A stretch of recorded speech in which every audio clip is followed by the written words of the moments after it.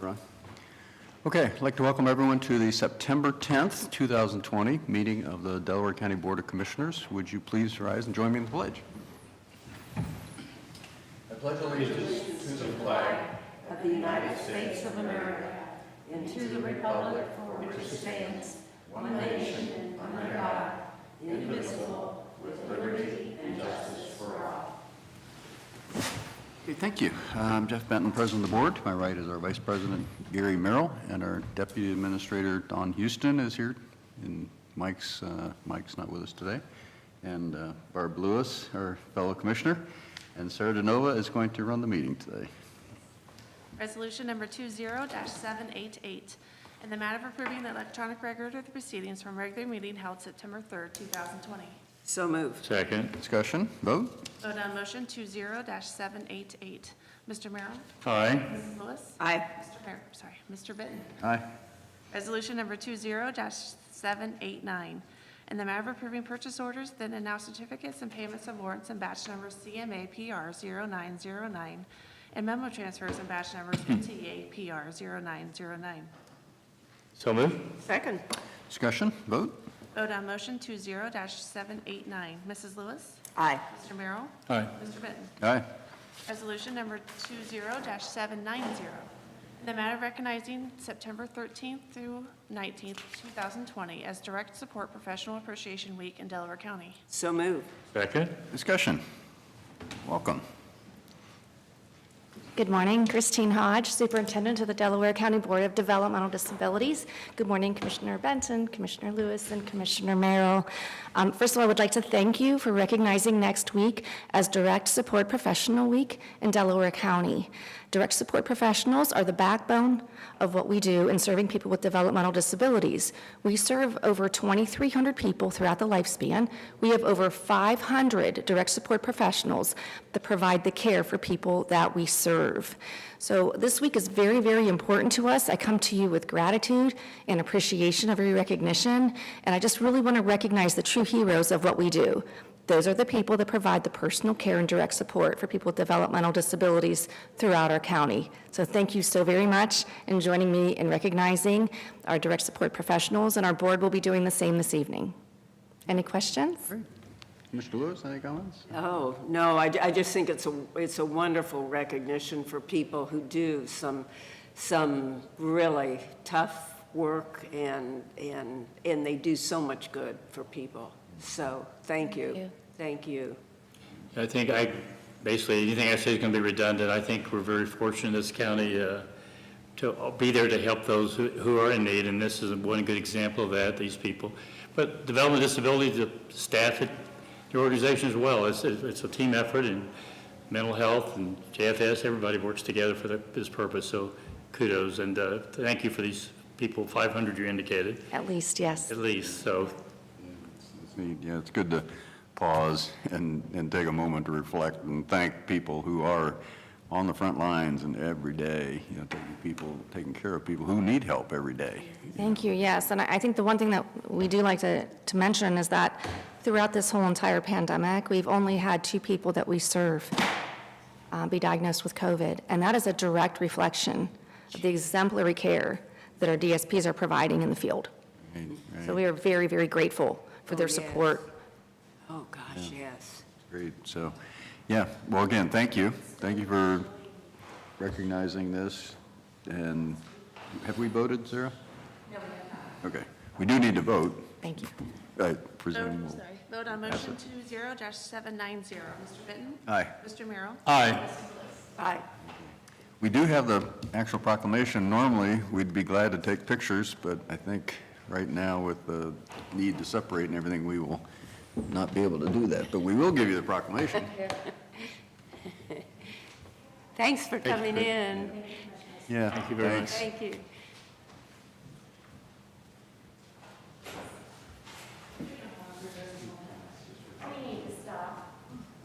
Oh, okay.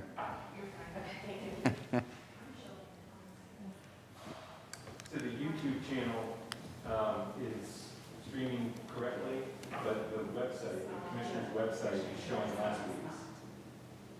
Here's Ron. Okay, well, Go.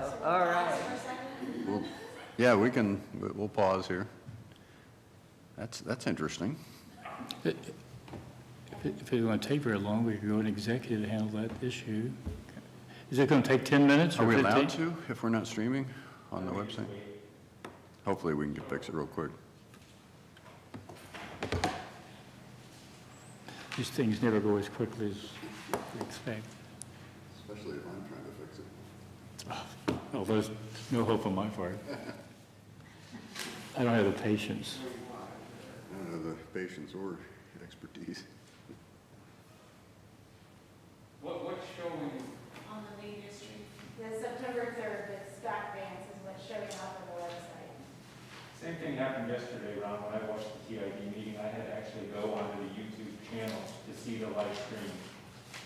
When I went to the commissioner's website, normally it would have the live one on there, but it was just the one from September 3rd for some reason.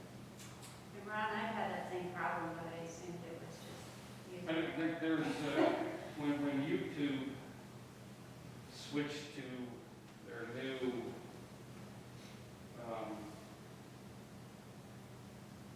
studio, like, what, a month ago? Our link didn't work anymore, so I thought I changed it to the right thing, but apparently I didn't. But you are live streaming to YouTube. But everybody doesn't know that link. They were given the website link that's trying to pay attention to today's meeting.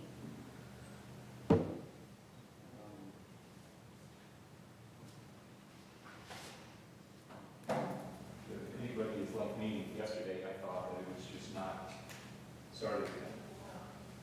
It didn't occur to me until a couple minutes in to check the YouTube page. And there's no direct link from that unless you know to click in the upper left-hand corner of the video is this building, and that takes you to the YouTube channel.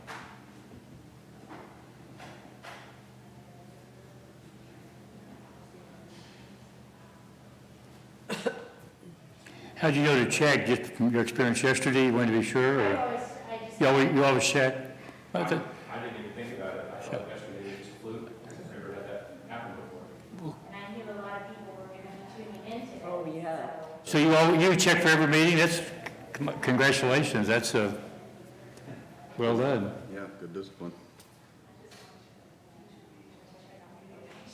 These people would be upset if they, Oh, yeah.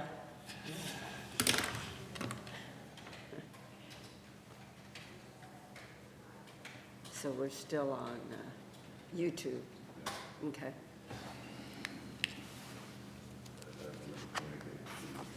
Sure, yeah. Yeah.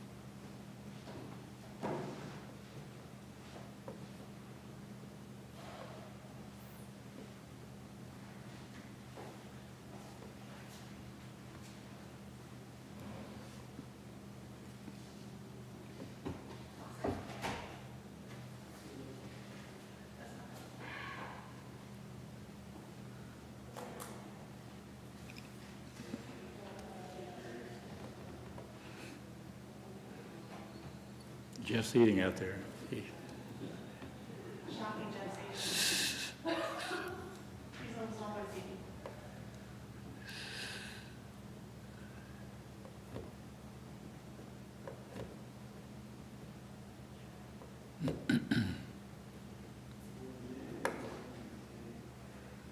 Well, my shirt didn't look too bad last night with the coat over it, did it?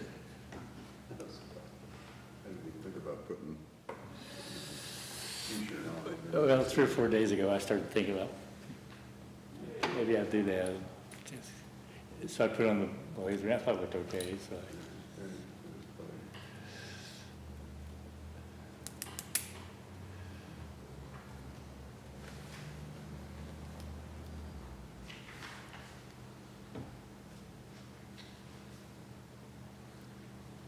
Are you good friends with Faber, or he was at your table? Or?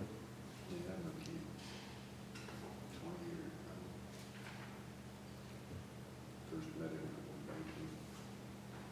in banking center where he's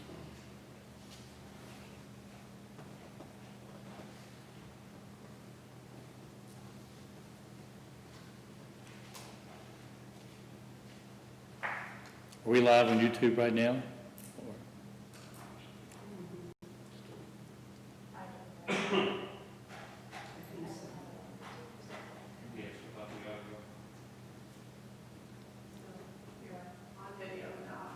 I'm sorry? You're on video, but not audio. On the YouTube channel, we're just video. Just video. But no audio? No, we don't want you to be on audio right now. Oh, okay. That's good. What is it? What are you playing, Eric?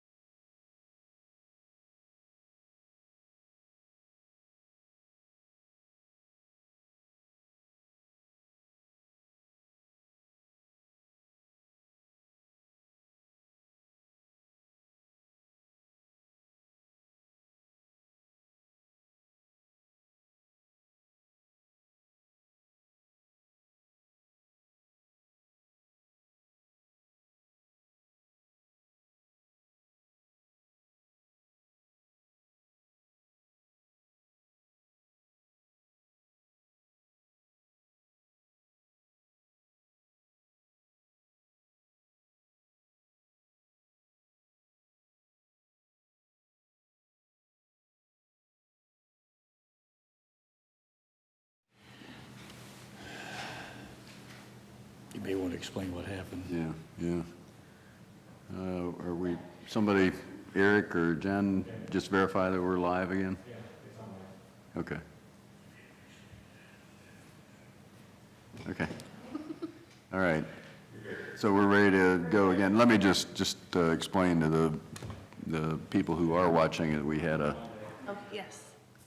technology glitch and we were only streaming on the YouTube channel, and so we wanted to fix that so that we're streaming on our regular website channel so that everyone who has been told that we'll be online that way can truly make sure they are watching. So with that, we will continue with the next agenda item. Resolution number 20-791, in the matter of adopting a resolution accepting the amounts and rates as determined by the Budget Commission and authorizing the necessary tax levies and certifying them to the county auditor. So moved. Second. Discussion. This is what we do every year. This is the next citation, so our next resolution. So vote, please. Vote on motion 20-791. Mr. Merrill? Aye. Mr. Benton? Aye. Mrs. Lewis? Aye. Resolution number 20-792, in the matter of approving the final schedule of construction assessments, but that's why they're here. Okay, sorry. Resolution number 20-792, in the matter of approving the final schedule of assessments for the Reuter East Drainage Improvement Project. So moved. Second. Discussion. Did you guys wish to comment on the Reuter East assessments?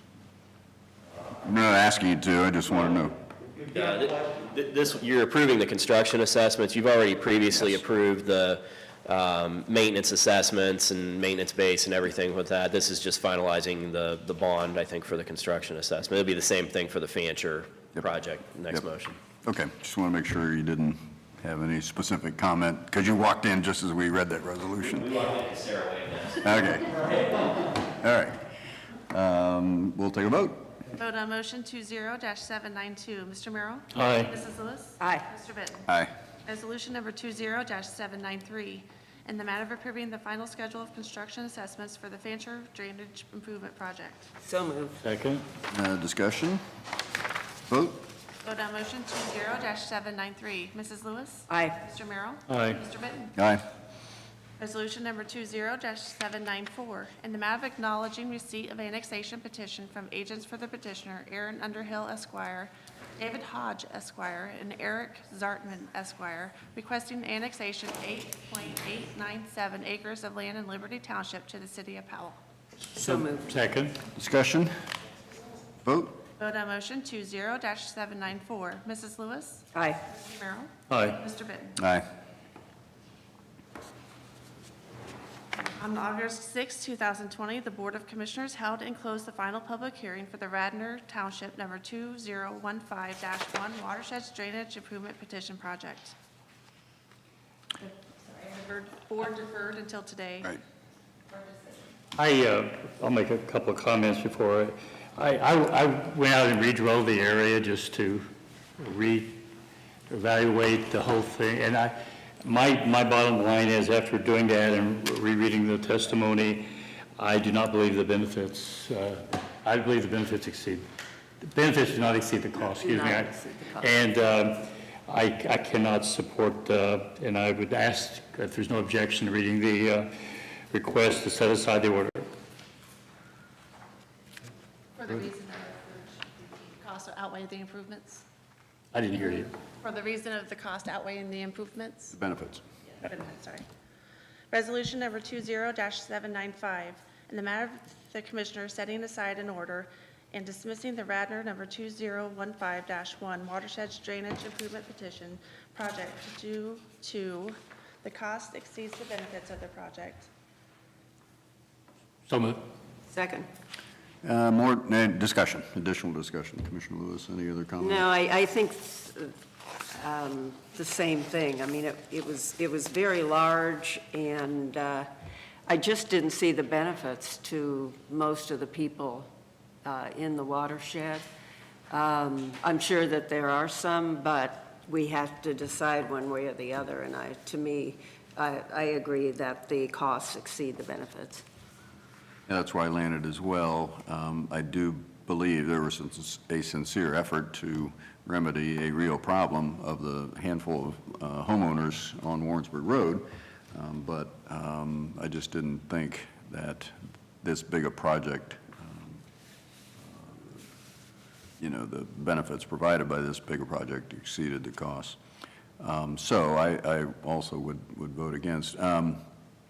And it sounded like from the testimony we did take that there was a workable solution if the neighbors got together and figured out a way to do some local work by working together. It really seemed like there was a probable resolution that would be doable and solve the problem. So I agree. We'll take a vote, please. Vote on motion 20-795. Mr. Merrill? Aye. Aye. Mr. Benton? Aye. Resolution number 20-796, in the matter of ordering that the cost for the proceedings of the Radnor Township number 2015-1 Watershed Drainage Improvement Petition Project, including the cost incurred by the Board of Commissioners, the county engineer, and the Delaware County Soil and Water Conservation District in making surveys, plans, reports, and schedules, be distributed to the landowners in the same ratio as determined in the final estimated assessments presented at the hearing. So moved. Second. Discussion. This is allocating the costs that have been incurred to date, small portion compared to what the construction estimates would have been, but it is appropriate that the costs be absorbed or be passed on to the people in this watershed as part of this process. So we can take a vote. Vote on motion 20-796. Mrs. Lewis? Aye. Mr. Merrill? Aye. Mr. Benton? Aye. Next, we will be addressing the annexation petition of 78.01 acres in Berkshire Township, 2.002 acres in Berlin, and 76.015 acres. Really messed that up. 2.2 acres in Berkshire Township and 76.015 in Berlin to the city or village of Sunbury. Okay. This is a different sort of transaction than we Yeah, it we is. are used to doing. And our responsibility is to agree to or reject the annexation petition.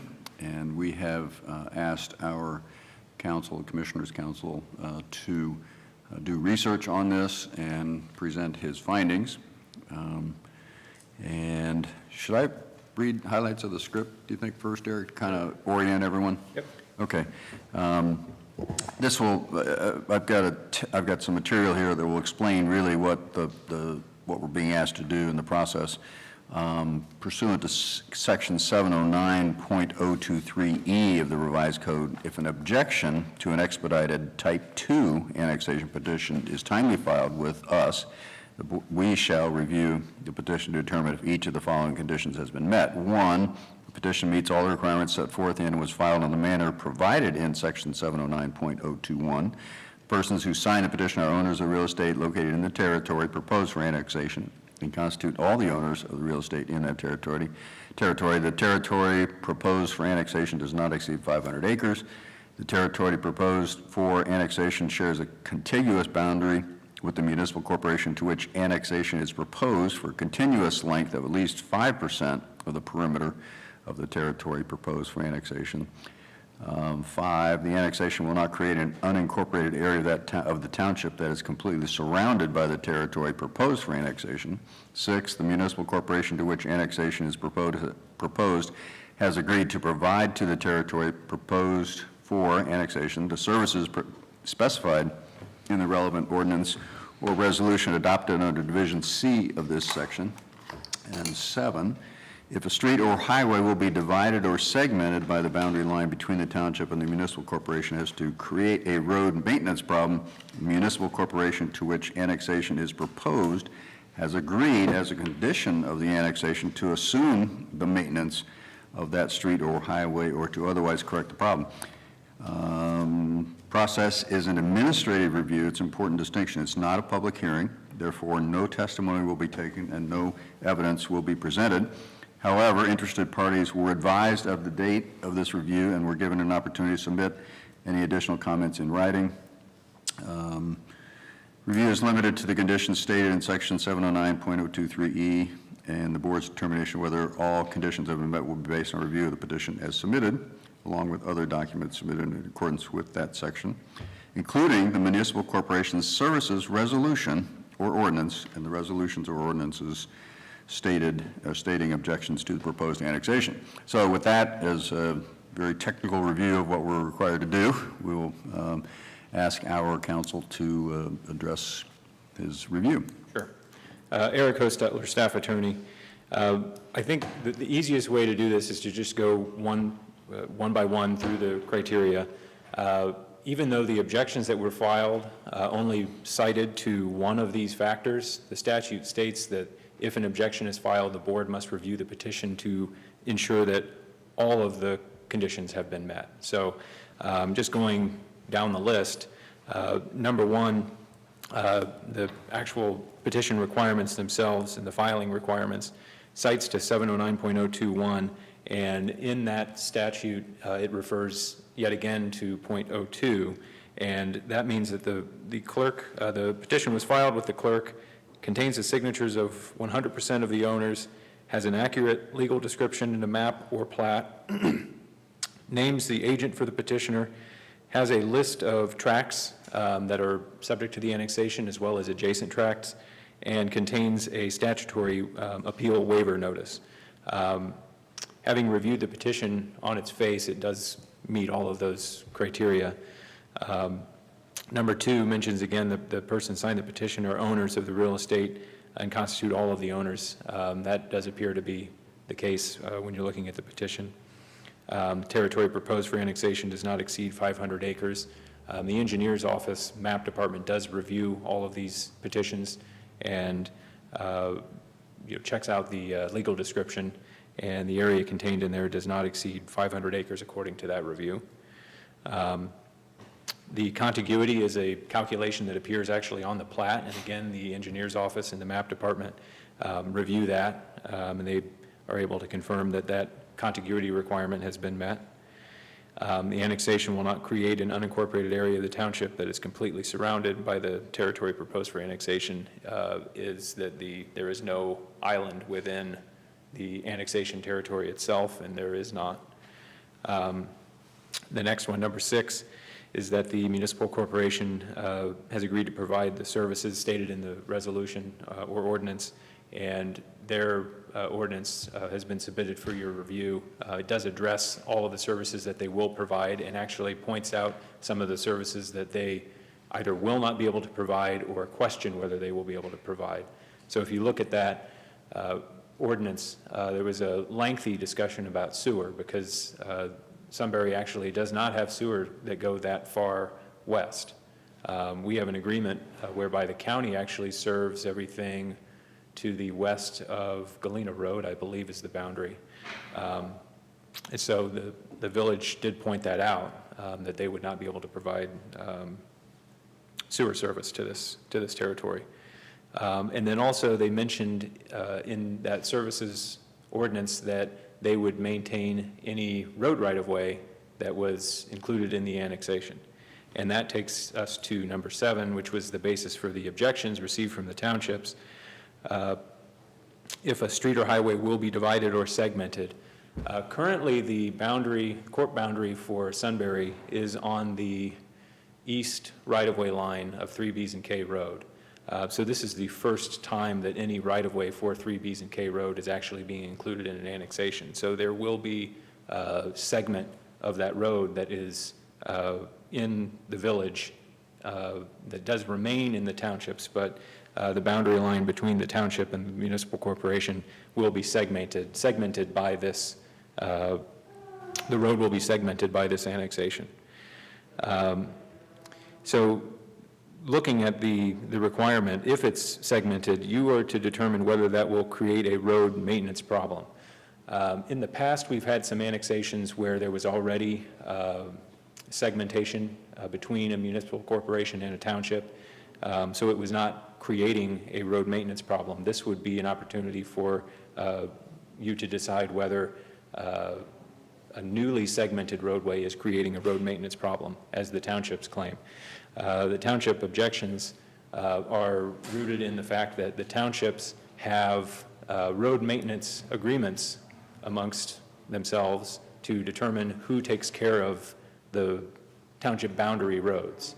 3Bs and K is the boundary between Berlin and Berkshire. Berlin Township and Berkshire Township have entered into a road maintenance agreement that says who is to take care of what roads and who's responsible for what in terms of cost and actual services. It appears to me from their objections that that's what they are asking for from the village, is an actual agreement to specify who does what and when and who pays for what. And based on the services resolution, I don't know that that's sufficient to be an agreement to take care of that road, because the village has only stated that they would maintain any of the right-of-way that is included in this annexation. It doesn't mention anything about the remainder of the road as segmented if this annexation goes forward. So what the statute would require is that the municipal corporation agree as a condition of the annexation to assume the maintenance of that street or highway, or to otherwise correct the problem. So that's the basis for your determination as to whether this objection or these objections are valid and that the petition should be denied. I'm happy to answer any questions you have, but that's the end of my review. Could you explain a little bit more about what you were just saying about the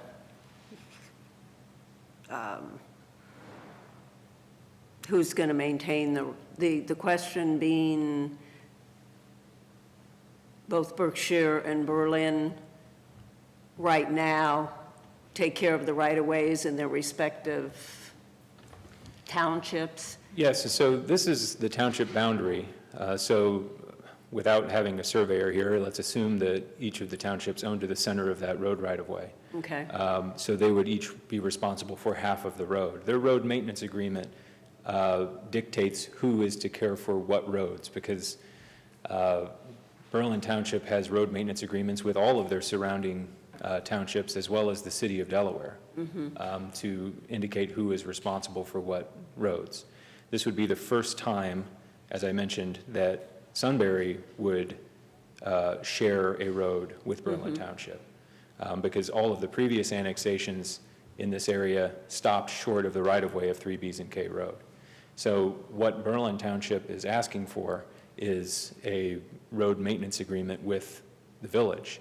And as far as I know, that has not happened. All we have is the services resolution or ordinance. I don't remember how they phrased it. And you received comments from the agent for the petitioner indicating that the services ordinance from the village has met this requirement. But the requirement is actually that the municipal corporation has agreed as a condition of the annexation to assume the maintenance of that street or highway. It doesn't say that portion that is segmented or divided. It says that street or highway. So once there is a segmentation or a division of a road, you need to determine whether that creates a road maintenance problem, and if it does, whether the municipal corporation has resolved that problem, either by agreeing to maintain that entire road, or in some other way corrected the problem.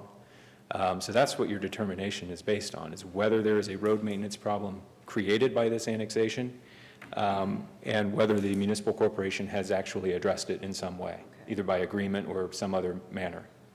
That's what you need to decide when you're looking at these objections. What Berlin Township and Berkshire Township stated in their objections was that they would drop their objection if there was a agreement from the village of Sunbury to maintain 3Bs and K Road between 3637 and I believe it's Sherman Road is the next road to the south. So it would just be that section of the road that contains this segment. That's not necessarily the only way that you would determine that this problem has been resolved, but that's what they asked for. Sure, okay. Let me just kind of, there is no road maintenance agreement. It would seem to be good public policy to have an understanding, because when roads are bad, well, you don't want to debate about who's going to do what. And so I think based on good public policy, and if I understand you correctly, once this agreement is reached, there can be a reapplying at that point? Sure, this is an issue that could be resolved and then the petition resubmitted after it's been resolved. Maybe the wrong terminology, resubmitted, reapply. So, Yep. so it's just a matter of these parties getting together and working out an agreement, and then the process theoretically could continue. Right. So this is, the townships would have no recourse if you were to approve this with the, you're not able to give conditional approval, I guess is what I'm trying to say. Okay. So if you were to say, you know, we will approve this, but there needs to be a road maintenance agreement, if that doesn't happen, there's no going back. You don't have the ability to provide conditional approval, and the township would have no recourse. Supreme Court has actually held in a case from Montgomery County that a township is not a party to type 2 annexations, so they have the right to object by statute, but the Supreme Court has said they're not a party. So if there's a decision that they disagree with, they don't have standing to appeal it. Well, it would seem to be good public policy to encourage these three entities to get together and resolve this issue. Would be my assessment. Yeah, Yeah. before we'd approve anything. Yeah, no, I would agree. I think that makes sense. And unfortunately, the Sunbury ordinance or whatever their description was, wasn't very clear. Right. And I don't think there's a conceptual objection to this happening. It's just an administrative process, just hasn't been presented that really clearly resolves the issue. So, I think there's a quick resolution to this. The parties, the township, the two townships in the village, you get together and just clarify the language and resubmit the petition. So what we have in front of us, a resolution, is to deny. That is the appropriate terminology for this. I drafted a resolution to grant the prayer of the petition as well as a draft to deny it. It would be the matter of denying the annexation. And I can answer any questions you have about those two On drafts. page 542. Yeah. I wanted to make sure that you had both options because I Right. provided my legal advice on it, but it's your determination, so I wanted to make sure you had two draft resolutions, one for granting and one for denying, whichever decision you make. And I would ask that the clerk read the matter of denying the annexation petition, please. Resolution number 20-797, in the matter of denying the annexation petition of 78.017 acres in Berkshire and Berlin Township to the Village of Sunbury. So moved. Second. Further discussion? Vote, please. Vote on motion 20-797. Mrs. Lewis? Aye. Mr. Merrill? Aye. Mr. Benton? Aye. Resolution number 20-798, in the matter of approving amendment number 1 to the sanitary sewer subdividers agreement for River Bluff Phase 1. So moved. Second. Discussion? Morning, Commissioners. Tiffany Mag, Director of Environmental Services. So this is an amendment to our subdividers agreement for EPCON to be able to connect 34 of their condo units at River Bluff to the sewer system. Prior to final approval, they'll be actually using hub sets in each one of these laterals so that they can't convey any sewage to the line until it is approved. But we're allowing them to do this because there's some issues with the timeline and them needing to move forward pretty quickly with these connections. So we're going to go ahead and allow it. Just point of clarification, we've done this very occasionally in the past. Correct, And yes. they've all worked out okay. They have, yeah, they've worked out okay because we're doing our due diligence with checking and making sure that none of them are getting pulled and those types of things. It's not something that the developer really likes to do because it's difficult on their end to install them and maintain them and make sure that nothing's getting put down the system, inadvertently. So it's really just on rare occasions, and we felt like this one was appropriate. Okay. Very good. Vote? Vote on motion 20-798. Mr. Benton? Aye. Mr. Merrill? Aye. Mrs. Lewis? Aye.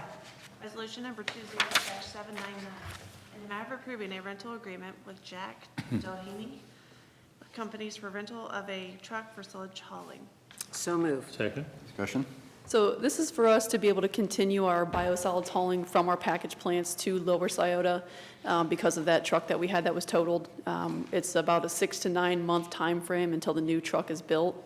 So this is a much cheaper rental agreement than what we had originally when we had to get a quick short-term solution. This one's $5,500 per month and would go for about a 9 month time frame until the new truck is built. Okay. Vote? Vote on motion 20-799. Mr. Merrill? Aye. Mrs. Lewis? Aye. Mr. Benton? Aye. Thanks. Thanks, Tiffany. That brings Thank you. us to administrative reports. All right, Commissioner Merrill. Just a couple of things. We had regional planning executive yesterday, and of course, we'll have the regular regional planning meeting next week on Thursday. And there's an Ohio Wesleyan entrepreneurial meeting this afternoon at 3 o'clock virtually. I love these virtual meetings. So, and with that, that's all I have. Okay. And we have a Justice and Public Safety Zoom meeting on Friday with our statewide meeting, CCAO Justice and Public Safety meeting, and we're discussing legislative priorities for the next 2 years. And also had a Family and Children First meeting, Zoom meeting, and it went pretty well. Nothing big to report. People are still working hard. We've got a very good director, and so there's a lot more outreach with that program now. And the governor sent a timely reminder. We must never forget September 11th. He asked for a moment of silence, and I think that's so appropriate, 8:46 a.m., September 11th. It just is, a lot of time has passed since then. The threats are still there, and oh my gosh, when I think of those who have lost their lives and the families that have suffered, we must never forget. we have this conversation every year, basically, and it's a good reminder, because we do tend to forget as we go on with our individual lives, and this is a important time in our country, and It is. remembering the past and how we should behave going forward is very important. And the examples of heroism that day by the firemen and police officers in New York City, and the airplane that crashed in Pennsylvania. Right. And just a couple examples, many examples of people who gave their lives and paid the ultimate price. And That's right, so we could remain free. That's right. I believe our flags will be at half-mast by the order of the governor. Good, it is 19 years. He said 19 years. Yeah. 19 years. That's one of those things, everybody remembers where they were. Yes. When that happened. And probably will forever. Okay, I just had a couple, actually, we had our SEPCO board meeting Friday, and we are moving forward with Health Works for a 3-year commitment to provide the wellness services that we did get an award for our efforts. Oh, yes. So Dawn and Cindy and the whole team that worked on that, congratulations. Yes. Most improved, I'm not sure the exact phrase, but what was it? Most improved effort. Most improved effort. And, yeah, we you can went interpret it a from, couple of ways. we went from a pretty low number of participants to 50%-ish. That is a remarkable swing. And so congratulations and thanks to Dawn and Cindy and everybody who worked on that. Overall, long-term, the objective is to get virtually everyone on a wellness program, and overall, it will help the health and well-being of our employees and their families, and that benefits everyone. So, and then we're working on the Smart Shopper, which is an intriguing idea. I know I've mentioned that before. We don't have the go-ahead just yet, but Smart Shopper is where insured individuals or their spouses or family members are encouraged to shop for services at alternative locations, and the quality is good. These are all Anthem-approved vendors, so the alternatives in some cases are extremely cheaper. It's extremely cheaper. Is that good grammar? I think it is. Oh. Yeah, it's a lot cheaper. By virtue of saving SEPCO money and the county, obviously, the person benefits as well, can actually get a check for participating in that program and sourcing much less expensive providers for certain services. So again, that's not finalized yet, but I think it will be, and hopefully that will go forward, and it'll be interesting to see how that plays out. So does the potential patient do the shopping then? Yes, there is a company called, I forget the exact name, but they're the Smart Shopper company. Okay. You contact them. Okay. When your healthcare provider says you need an MRI, Okay, you contact this Smart Shopper company, and they say, okay, here are 5 providers of that service in your area, and here's the price range, and they've all been pre-screened by Anthem, so they're all qualified.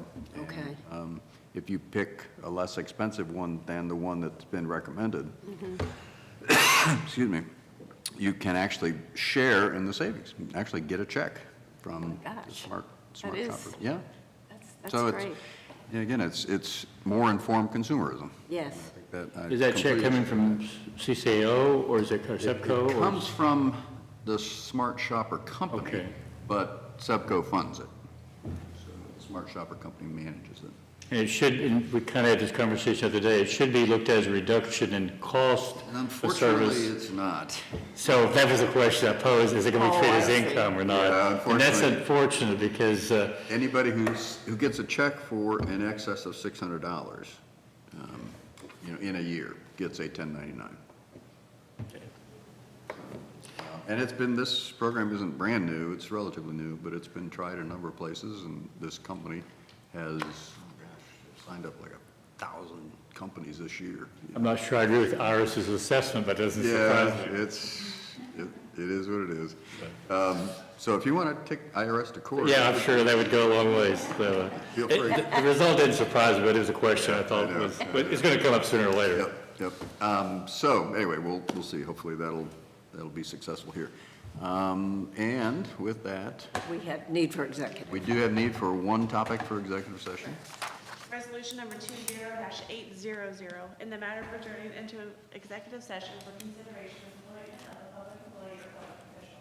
So moved. Second. Discussion, vote? Vote on motion 20-800. Mr. Merrill? Aye. Mrs. Lewis? Aye. Mr. Benton? Aye. All right, we are in executive session.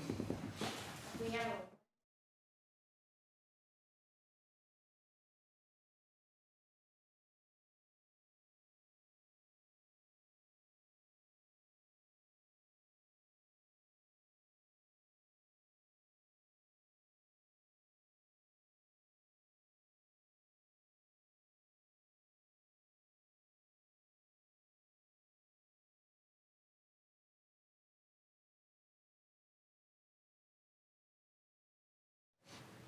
Resolution number 20-801, in the matter of adjourning out of executive session. So move. Second. Discussion, vote? Vote on motion 20-801. Mr. Merrill? Aye. Mrs. Lewis? Aye. Mr. Benton? Aye. Okay, with that, our regular session has ended, and we are scheduled for a 1 o'clock law library hearing in this same facility, so, Work session. work session. Yeah, work session, not hearing. So with that, we are adjourned. Commissioner Lewis? All right.